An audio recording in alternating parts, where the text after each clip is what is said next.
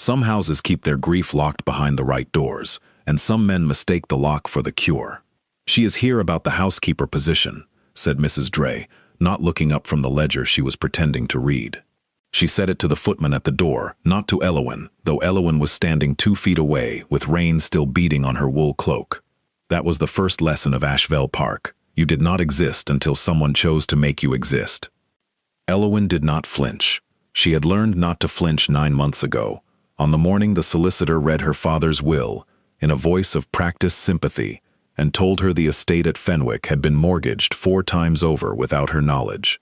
The solicitor had looked at her the way Mrs. Dray looked at her now, as a species of inconvenience with insufficient status to be addressed directly. She stood straight. She kept her hands still at her sides. She let the rain drip onto the flagstone floor of the service entrance to Ashvale Park and made no apology for it.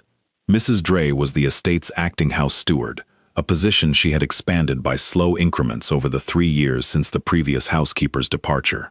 She was a compact, sharp-featured woman with the particular quality of meanness that comes not from cruelty of temperament, but from the careful, daily maintenance of a small advantage. She had written to the agency in London.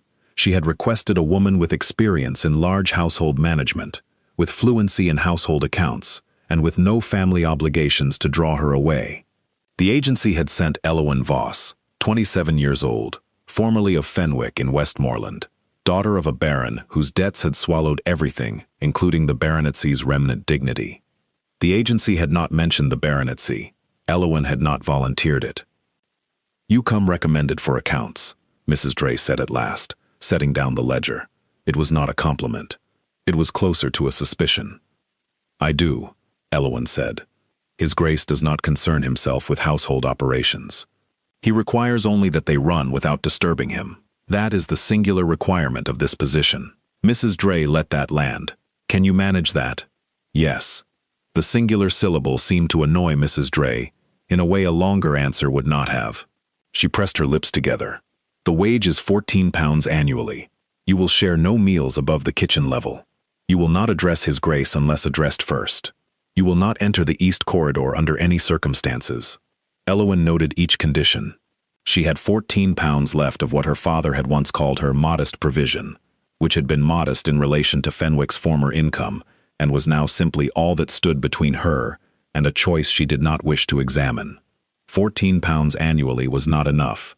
It was, however, a ceiling, and a ceiling meant a floor, and a floor meant she could stop falling. "Understood," she said. She was shown to a room the size of a pantry, given a ring of household keys excluding 3, and handed a set of household ledgers going back 18 months that had the quality of records kept by someone who did not wish them to be too clearly understood. Elowen sat on the edge of the narrow bed that night, with the ledgers open across her knees, the single candle burning low, and she read every page twice. By midnight, she had identified 4 categories of expenditure that did not correspond to any deliverable she could find in the estate inventories. By 1 in the morning, she had a working theory. By 2, she blew out the candle and lay in the dark, and felt the familiar cold weight of competence in a world that did not intend to reward it. She had been a baron's daughter. She had kept her father's accounts from the age of 16 because the man he hired to do it could not be trusted, and her father, who was warm and beloved and catastrophically bad with money, had found it easier to let her. She had done it willingly, even gladly, because it was useful, and she had always preferred useful to decorative. It had not protected her. Useful had a way of being consumed by the thing it served, and leaving nothing for itself. Ashvale Park was vast in the way that only very old houses are vast, not merely large but layered, accumulated, rooms growing from rooms like geological strata, so that walking its corridors was a lesson in the passage of time. The east wing ran the length of the garden side and had been closed for 9 years. The doors at its entrance were not locked so much as simply shut, the way a man shuts a topic of conversation, and every member of the household staff understood not to remark upon them. Elowen did not remark upon them. But she noticed, in the first week, that the garden the east wing overlooked was not neglected. Someone tended it. The beds were cut back properly for autumn, the gravel walks raked, the climbing roses on the east wall trained with evident care. She mentioned it to no one. She simply noted it, the way she noted everything, with the quiet attentiveness of a woman who had learned that understanding a place was the only reliable protection a woman in her position could acquire. She had been at Ashfell Park 9 days when the Duke of Moorcroft arrived. She heard him before she saw him. The house changed sound. The quality of movement in the corridors shifted the way a river shifts when something large enters upstream. Not chaos, but a new organizing pressure. Footsteps quickened. A door that had been standing open was pulled carefully shut. Mrs. Dray's voice dropped to its most precise register somewhere below. Elowen was in the linen room off the main stair, conducting an inventory that was 3 months overdue, when the footsteps passed the door. She had a full count of 12 damask tablecloths in one hand and a pencil in the other, and she did not lower either when the door opened. He filled the frame the way certain men fill rooms, not by size alone, but by a quality of settled authority, as though the space around him had agreed to organize itself accordingly. He was tall and dark-haired and somewhere past 30, with the weathered hands of a man who did not merely own land but worked it, and he looked at Elowen with gray eyes that were not unkind but were, without question, absolutely accustomed to being answered. "You are not Dray," he said. "No, I am Elowen Voss, your new housekeeper." She did not set down the pencil. "Your Grace." He looked at the linen room, at the organized stacks, at the ledger open on the shelf. He looked at her. Something moved in his expression. Not quite surprise, not quite approval. An adjustment, perhaps. The recalibration of an expectation. "Voss," he said. "Yes.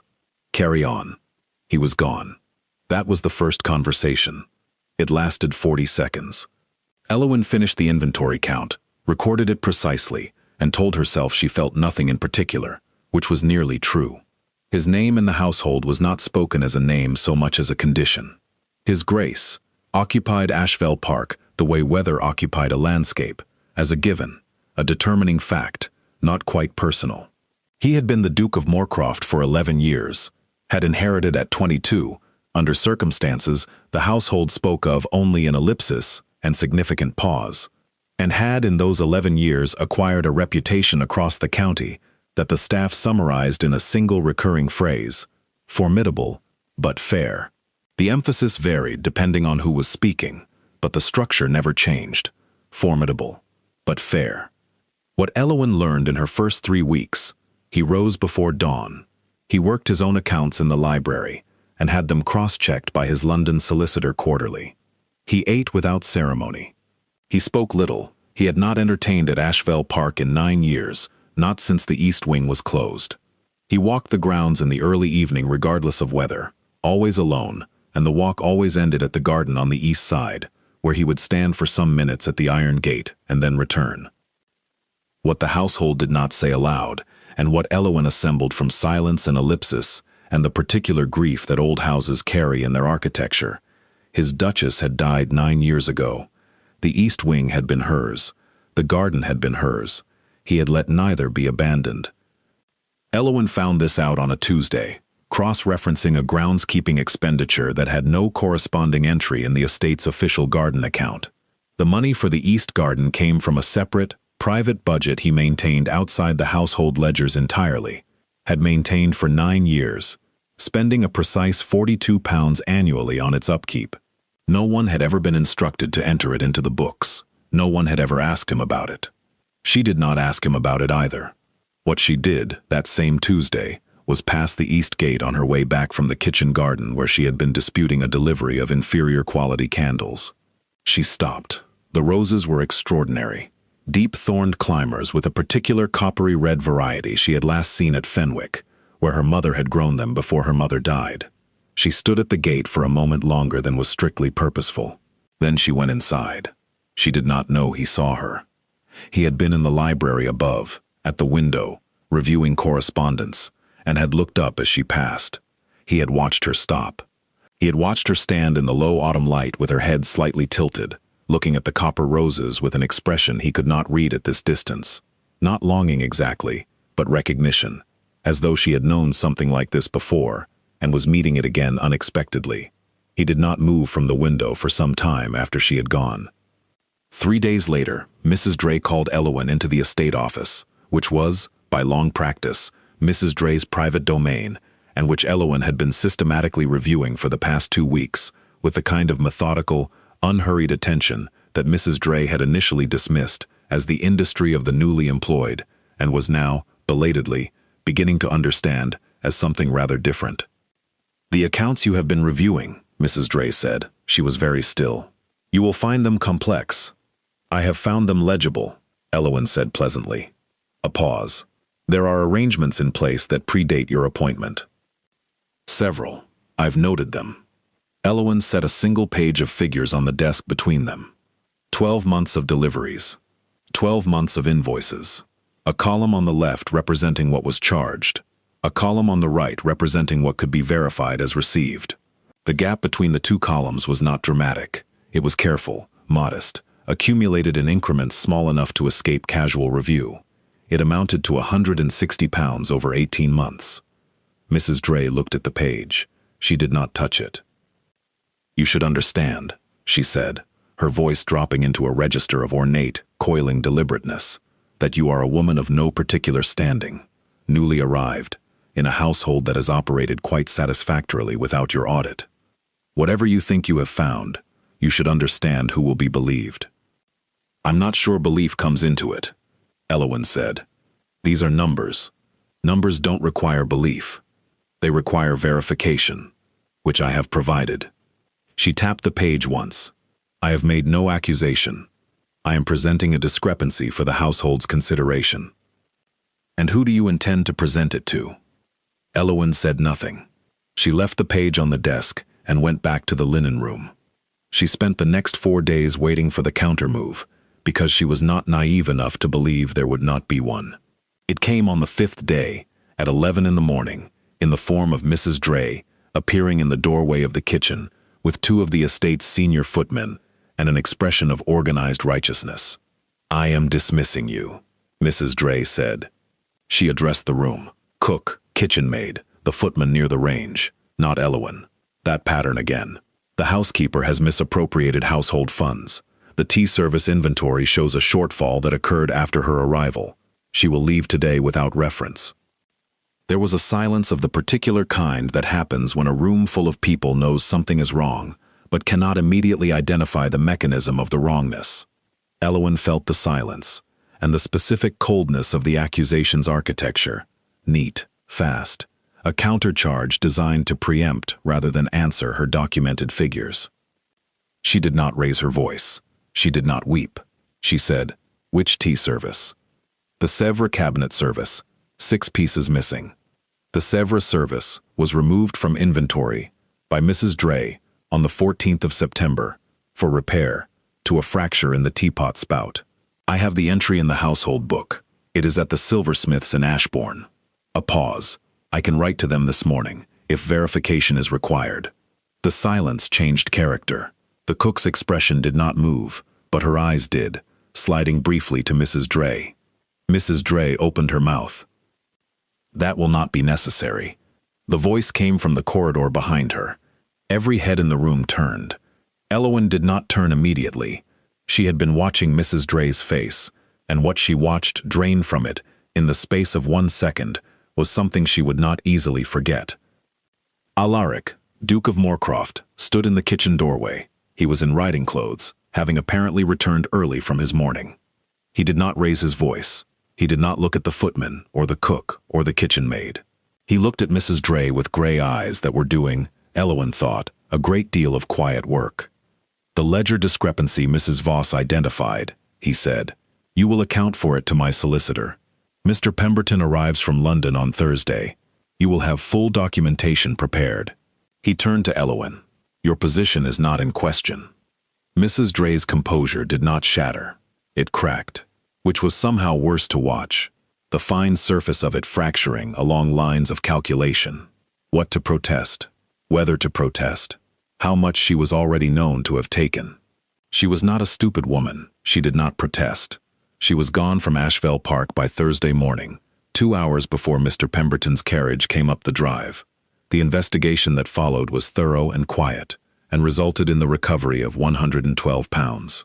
The remaining 48, Alaric wrote off against the cost of the disruption, which he noted in his personal account ledger in his own hand, alongside a notation that the household accounts were hereafter to be reviewed monthly by the housekeeper, with a copy filed in the library. Elowen saw that notation because he showed it to her. He called her to the library 2 days after Mrs. Dray's departure and handed her the ledger open to that page, watching her face while she read it. "You are comfortable with the accounting scope," he said. It was not a question. "Yes. Dray underestimated you." "People tend to," Elowen said, "when a woman uses a pencil rather than a parasol." Something happened at the corner of his mouth. Not quite a smile. A concession in that direction. He took the ledger back. "The wage is insufficient for the expanded role," he said. "It will be corrected to £22. You will have the quarterly summaries sent directly to Pemberton, with a copy retained here." £22. She did not let herself calculate what that meant. Not in this room, not in front of him. She nodded. "Thank you," she said. And then, because she had always been congenitally incapable of leaving a thing half said, the East Garden accounts. They're maintained separately from the household books. Would you prefer they remain so, or be incorporated? The air in the room changed, not drastically, not with the drama of a slammed door or a raised voice. It changed the way temperature changes in a room when a window opens, a shift in current, an introduction of outside air. He did not answer immediately. He stood very still, the way a man stands when a question reaches somewhere he had not expected to be reached. "Remain separate," he said. "Of course." She moved to leave. "Miss Voss." She stopped. "The copper climbers on the east wall," he said. "Do you know what variety they are?" She turned back. "I believe they are a Tuscany superb, though the coppering suggests a particular rootstock. My mother grew a similar variety in Westmoreland. They're unusual this far south." He said nothing for a moment. "Yes," he said. "They were sourced from a nursery in the Lake District, 9 years ago." She understood. Then, the full weight of what she was standing inside. She held it carefully. "They are well kept," she said. "Whoever tends them knows the roses." "Griffiths," he said. "The head groundsman." He was instructed. A pause. "He has followed the instructions precisely for 9 years without deviation." Elowen thought about a man instructing another man to tend a garden for 9 years. She thought about £42 annually, private and unrecorded. She thought about standing at the gate in the autumn light and not knowing she was seen. The instructions were good ones, she said. She left the library. She walked back to the housekeeper's rooms, sat down at the desk, and opened the household ledger to a fresh page. Her hands, she noticed, were not quite steady. She waited until they were, and then she began to write. 22 days passed, then 30, then 40. The household reorganized itself around Elowen's expanded authority, with the practical agility of domestic systems everywhere, systems that above all want to function, and will accommodate whoever demonstrates the competence to make them do so. The cook stopped bypassing her for supply orders. The footmen stopped looking to each other for confirmation before following her instructions. The new under-housekeeper hired from the village, a straightforward girl called Agnes, with good handwriting and no particular agenda, took to the ledgers with a willingness that made Elowen unexpectedly glad. 60 days in, Alaric began to speak to her in the library rather than solely in the estate office. Not extensively, not with anything approaching personal disclosure, but the conversations lengthened past their functional conclusions, past the resolution of whatever practical matter had generated them, into a few seconds, sometimes a full minute, of something else. The temperature of the room, the quality of this autumn's harvest. Once, the subject of a monograph on estate drainage she had apparently left on the library table and which he had apparently read, or at least examined, and had opinions about. He did not look at the east corridor. He did not look at the window that faced the east garden. He was always working. She did not mention the garden. She did not mention his wife. She met each conversation where it was, and did not push through any of its walls, because she was familiar enough with grief to know that pushing through the walls simply collapsed them, and collapsed walls buried people. The county families began to take notice of the change at Ashvale Park. Not dramatically. The house was not entertaining. The Duke was not appearing at assemblies. But the house was running. Deliveries were being made correctly. Accounts were being settled promptly. After several years of Dre's careful obscuring of any question about the estate's domestic competency, there was a new legibility about the place, a quality of functioning with its door open, as it were, rather than shut. Lord Stanhope came on the 47th day. He was a neighbor of the bordering estate, a large man in his late 50s, with the particular confidence of a man who has owed money to many people for long enough that he has begun to feel the debt is theirs, not his. He arrived without prior arrangement, was admitted at the front by a footman who did not know better, and was shown to the morning room to wait. Elowen encountered him crossing the hall. He looked her up and down with the particular sweep of a man who assigns value by visible category, and had already assigned hers. "You'll tell Moorcroft that Stanhope's here," he said, "and bring something decent to drink. Tell him I'll wait in the library." "His Grace is occupied," Elowen said. "I can convey your card and inquire whether he is available to receive." Stanhope's eyes narrowed by a fraction. "And you are?" "The housekeeper." "Then do what housekeepers do and go convey it," he said, with an ornate, slighting contempt that was clearly a habit of long standing, "and be quick about it. I've ridden 6 miles in the cold for a conversation that ought to have been settled months ago." She went to the library. Knocked, entered. Alaric looked up from his desk. "Lord Stanhope is in the morning room," she said. "He requests the library and a drink, and says it is a matter that ought to have been settled months ago." Alaric's face told her nothing. He closed the folder on his desk. "Thank you," he said.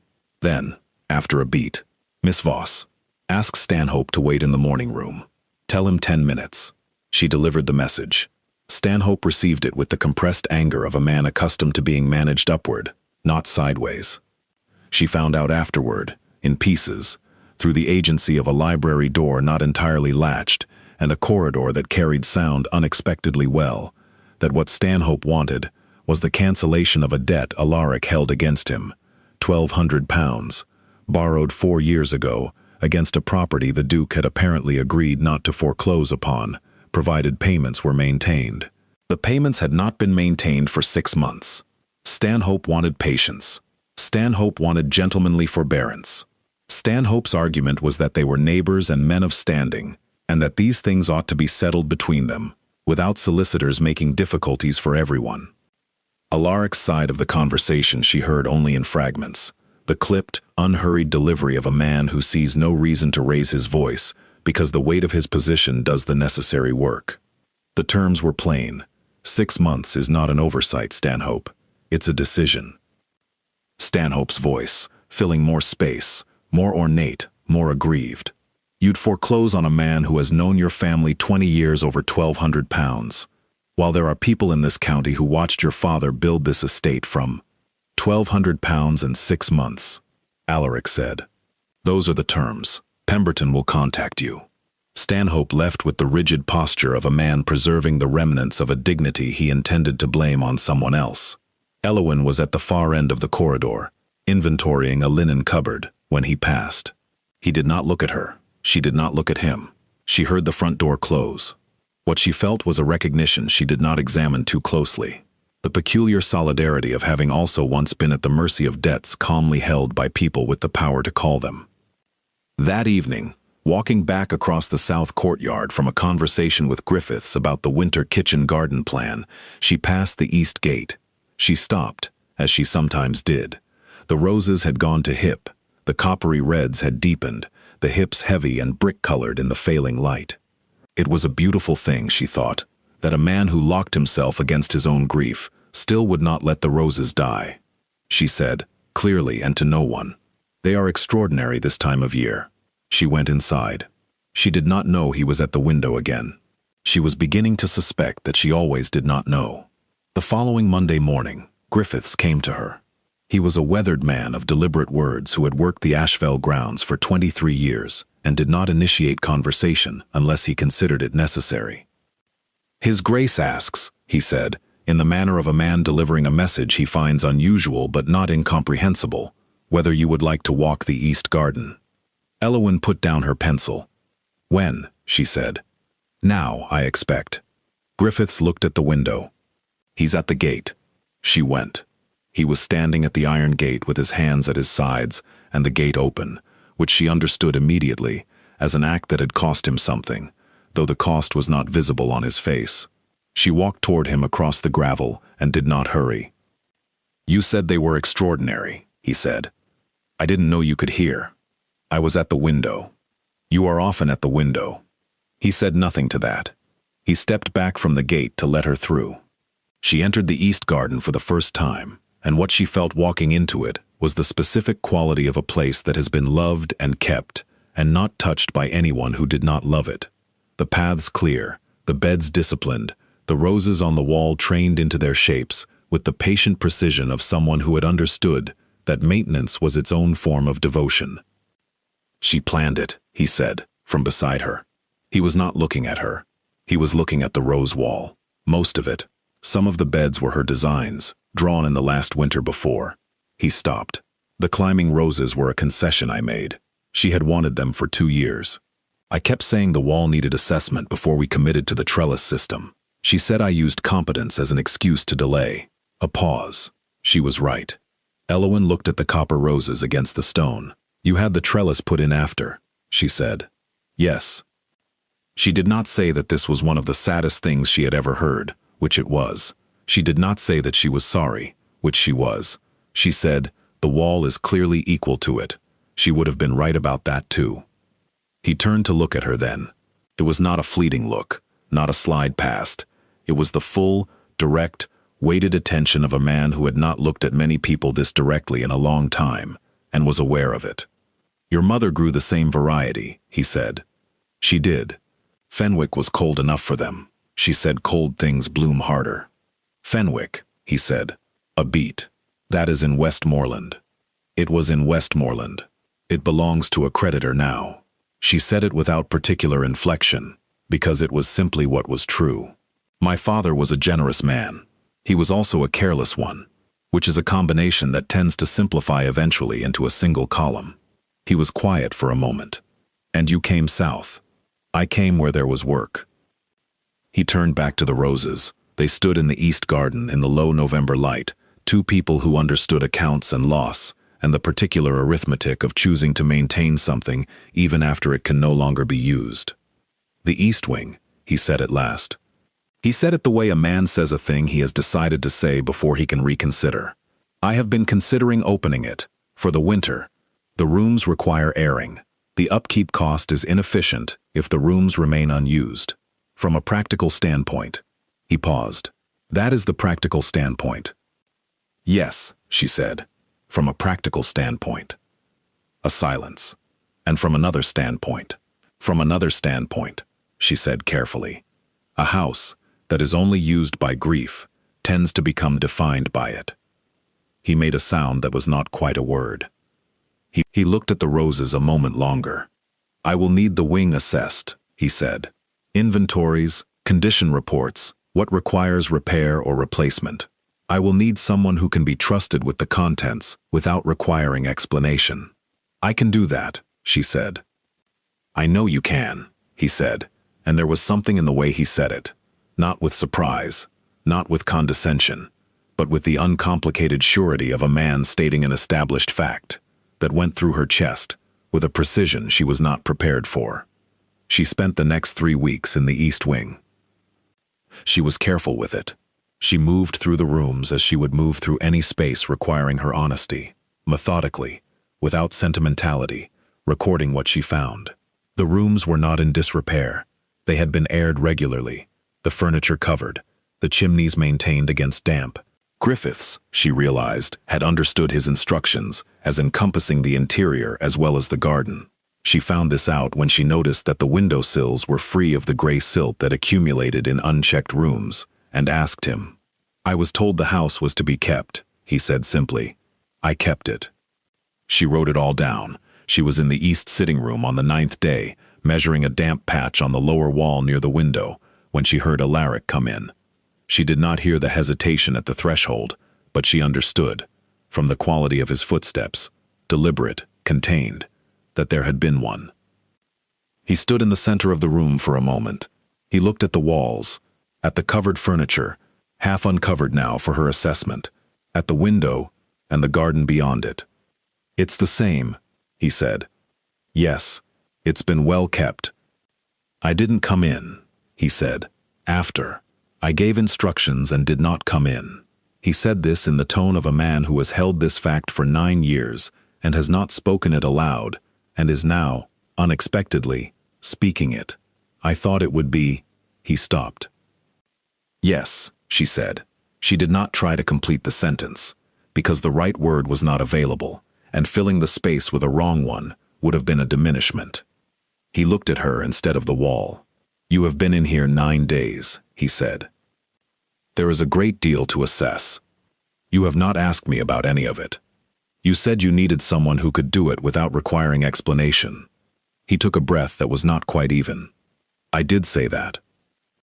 She set down her pencil. She was aware of the distance between them, 8 feet perhaps, and of the quality of the room around them, and of the fact that she was standing in the space his grief had kept for 9 years, which was either the most professional context possible or the least. Alaric, she said. She used his name the way she did everything, plainly without decoration, without asking permission for it. He did not tell her not to. She would be glad the roses are still there, she said. I don't think you need me to tell you that. I think you know it. But sometimes knowing a thing and hearing it said are not the same. He stood very still. He did not look away. No, he said, they are not the same. A silence that was not empty. Elowen picked up her pencil again. She wrote down the dimensions of the damp patch. She heard him cross to the window and stand there, looking out at the garden, and she worked beside him in the quiet for a long time. It was December when Alaric's cousin Charlotte arrived. Charlotte Vane was 32, handsome in the way that certain women are when they have spent 32 years being told they are, and she arrived at Ashvale Park with a companion, a maid, 2 trunks, and the particular assurance of a woman who had always believed that Alaric's prolonged solitude was a circumstance awaiting her remedy. She had been an ally of sorts to the family during the difficult years. She had also, Elowen gathered from Agnes and from the cook, and from the general atmospheric memory of the house, made at least 2 previous visits in those 9 years, which had ended with Charlotte departing earlier than planned, and Alaric retreating to a quality of silence so deep it had been described as the house holding its breath. Charlotte assessed Elowen on the first evening with eyes that were neither unkind nor interested, the eyes of a woman sorting by category. She found Elowen in the category of housekeeper and did not particularly revisit that assessment. You've done extraordinary things with this house, she said, over the dinner table, to Alaric. I notice it runs quite smoothly now. Your Mrs. Voss is efficient, I suppose. She is, Alaric said. Where did she come from? The agency? Charlotte's voice was pleasantly uncurious. Westmoreland, Alaric said. He looked at the window briefly. Her father was Voss of Fenwick. A silence of recalibration. Charlotte turned her gaze toward the door Elowen had used 10 minutes ago. Her expression shifted, not dramatically, but perceptibly. Category revision. Something more complicated behind it. The Baron's daughter, she said. Yes. Charlotte turned her wineglass once. And you have her keeping your accounts. She keeps them rather better than they were kept before. Alaric. Charlotte set the glass down with the contained precision of a woman deploying patience. She is a gentleman's daughter, doing domestic work. That is an awkward situation for the house. She is a competent woman doing competent work and being paid accordingly, Alaric said. I find it a perfectly comfortable situation. Charlotte was quiet for a moment. The East Wing is being aired, she said. I noticed it when I arrived. Miss Voss is conducting an assessment. Another silence. That is also a departure from previous. Charlotte. His voice was not raised. It was simply final, the way a door closing is final. The house is managed as I have determined it should be managed. If there is something specific you wish to discuss, I am here. If you are concerned about the comfort of the guest rooms, Miss Voss can address that directly. She came to Elowen's office the following morning. She was direct, at least. Elowen granted her that. She sat down across the desk with her hands folded and said, You understand my concern. I think I understand a version of it, Elowen said. He has been alone for 9 years. Charlotte's voice lost some of its social construction. What was left was something genuinely worried, And he is a private man who does not admit people easily. And you are clearly not simply efficient. The East Wing being open is not a small thing. I need to understand what your intentions are." Elowen looked at her steadily. "I intend to do my work," she said. "I intend to do it honestly. I have no other intentions. Whatever else may or may not be true is not something I can speak to on his behalf, and I would not if I could." A pause. "But I will tell you that he has not been alone in the way you mean. He has been kept company by grief, and by this house, and by a great deal of unread ledgers, and one garden he refused to let go. Whether that constitutes being alone is a question I'd leave to him." Charlotte looked at her for a long moment. Then she exhaled, slowly, and some quality of adversarialism went out of her posture. "He is reading again," she said. "I noticed the library has different books out than the last time I came. He used to read constantly. After, he only kept to the accounting texts and the agricultural records." She looked at her hands. "I'm glad of it." Elowen said nothing. She did not say that she knew which books were out, because she had put 2 of them on the table herself, thought he might want them, and said nothing about it. She simply noted, privately, that gladness was the correct response, and went back to her ledgers. Charlotte left on the 12th day, 2 days early, but this time without the quality of a retreat. She came to find Elowen before her carriage, and what she said was simply, "You are good for this house." She said it the way a woman says a thing she had not planned to say, and is not entirely comfortable having said. Then she left. January arrived with the particular cold authority of that month, and with it came the house running as it had not run in years, warm, provisioned, lit, functioning with the legibility of a thing that has been trusted to someone who understands it. The East Wing was fully opened. 3 rooms had been aired, cleaned, assessed, and allowed to become part of the house again. The sitting room with its rose-facing window had been given new cushion fabric, deep red, close to the color of the hips in autumn, chosen by Elowen with a deliberateness she did not explain to anyone.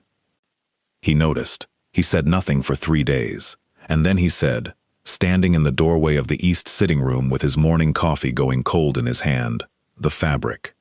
It wanted updating," she said. She was at the window with a dry cloth, checking the seal on the lower frame. "The color," he said. It seemed to fit the room. He was quiet for a moment. Then, "It does." She pressed the cloth along the frame's edge and felt the draft reduced to nothing. Fixed. She made a note. Behind her, he did not leave.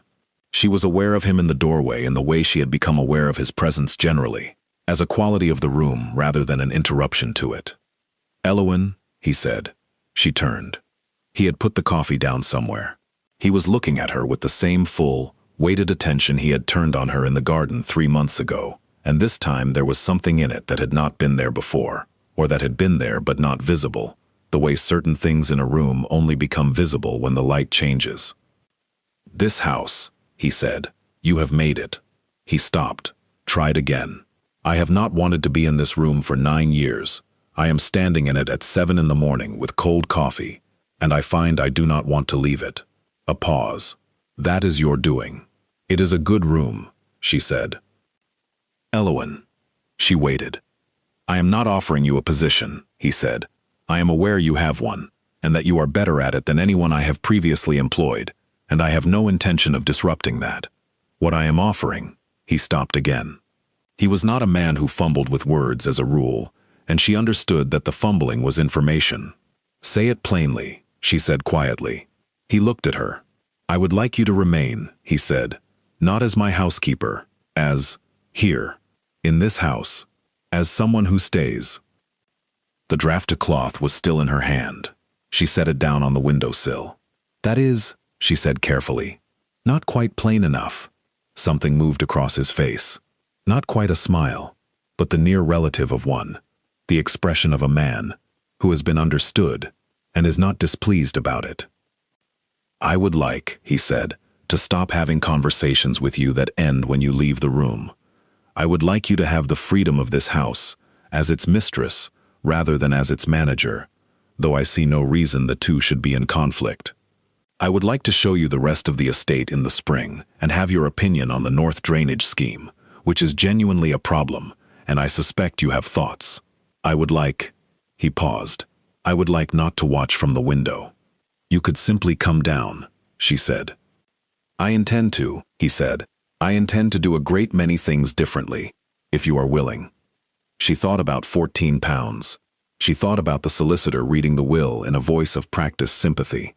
She thought about the narrow bed and the ledgers and the cold candle and the particular competence of a woman who had been so busy being useful, she had not noticed she was also, quietly, in the process of caring very much about a man who tended a dead woman's roses for 9 years, rather than let them go. She thought about cold things blooming harder. I have a condition, she said. He did not flinch. Say it. I keep the accounts, she said. My own and the household's both. Not because I must, but because I am good at it and it satisfies me, and I will not be managed away from it when I am right about a number, and someone would prefer I not be. You keep the accounts, he said. That was never in question. And I say what I think, she said, about the drainage and the roses and whatever else, even when it is not what was expected. Particularly when it is not what was expected, he said. She looked at him for a moment. She thought about the east wing, open now, its rooms letting in light.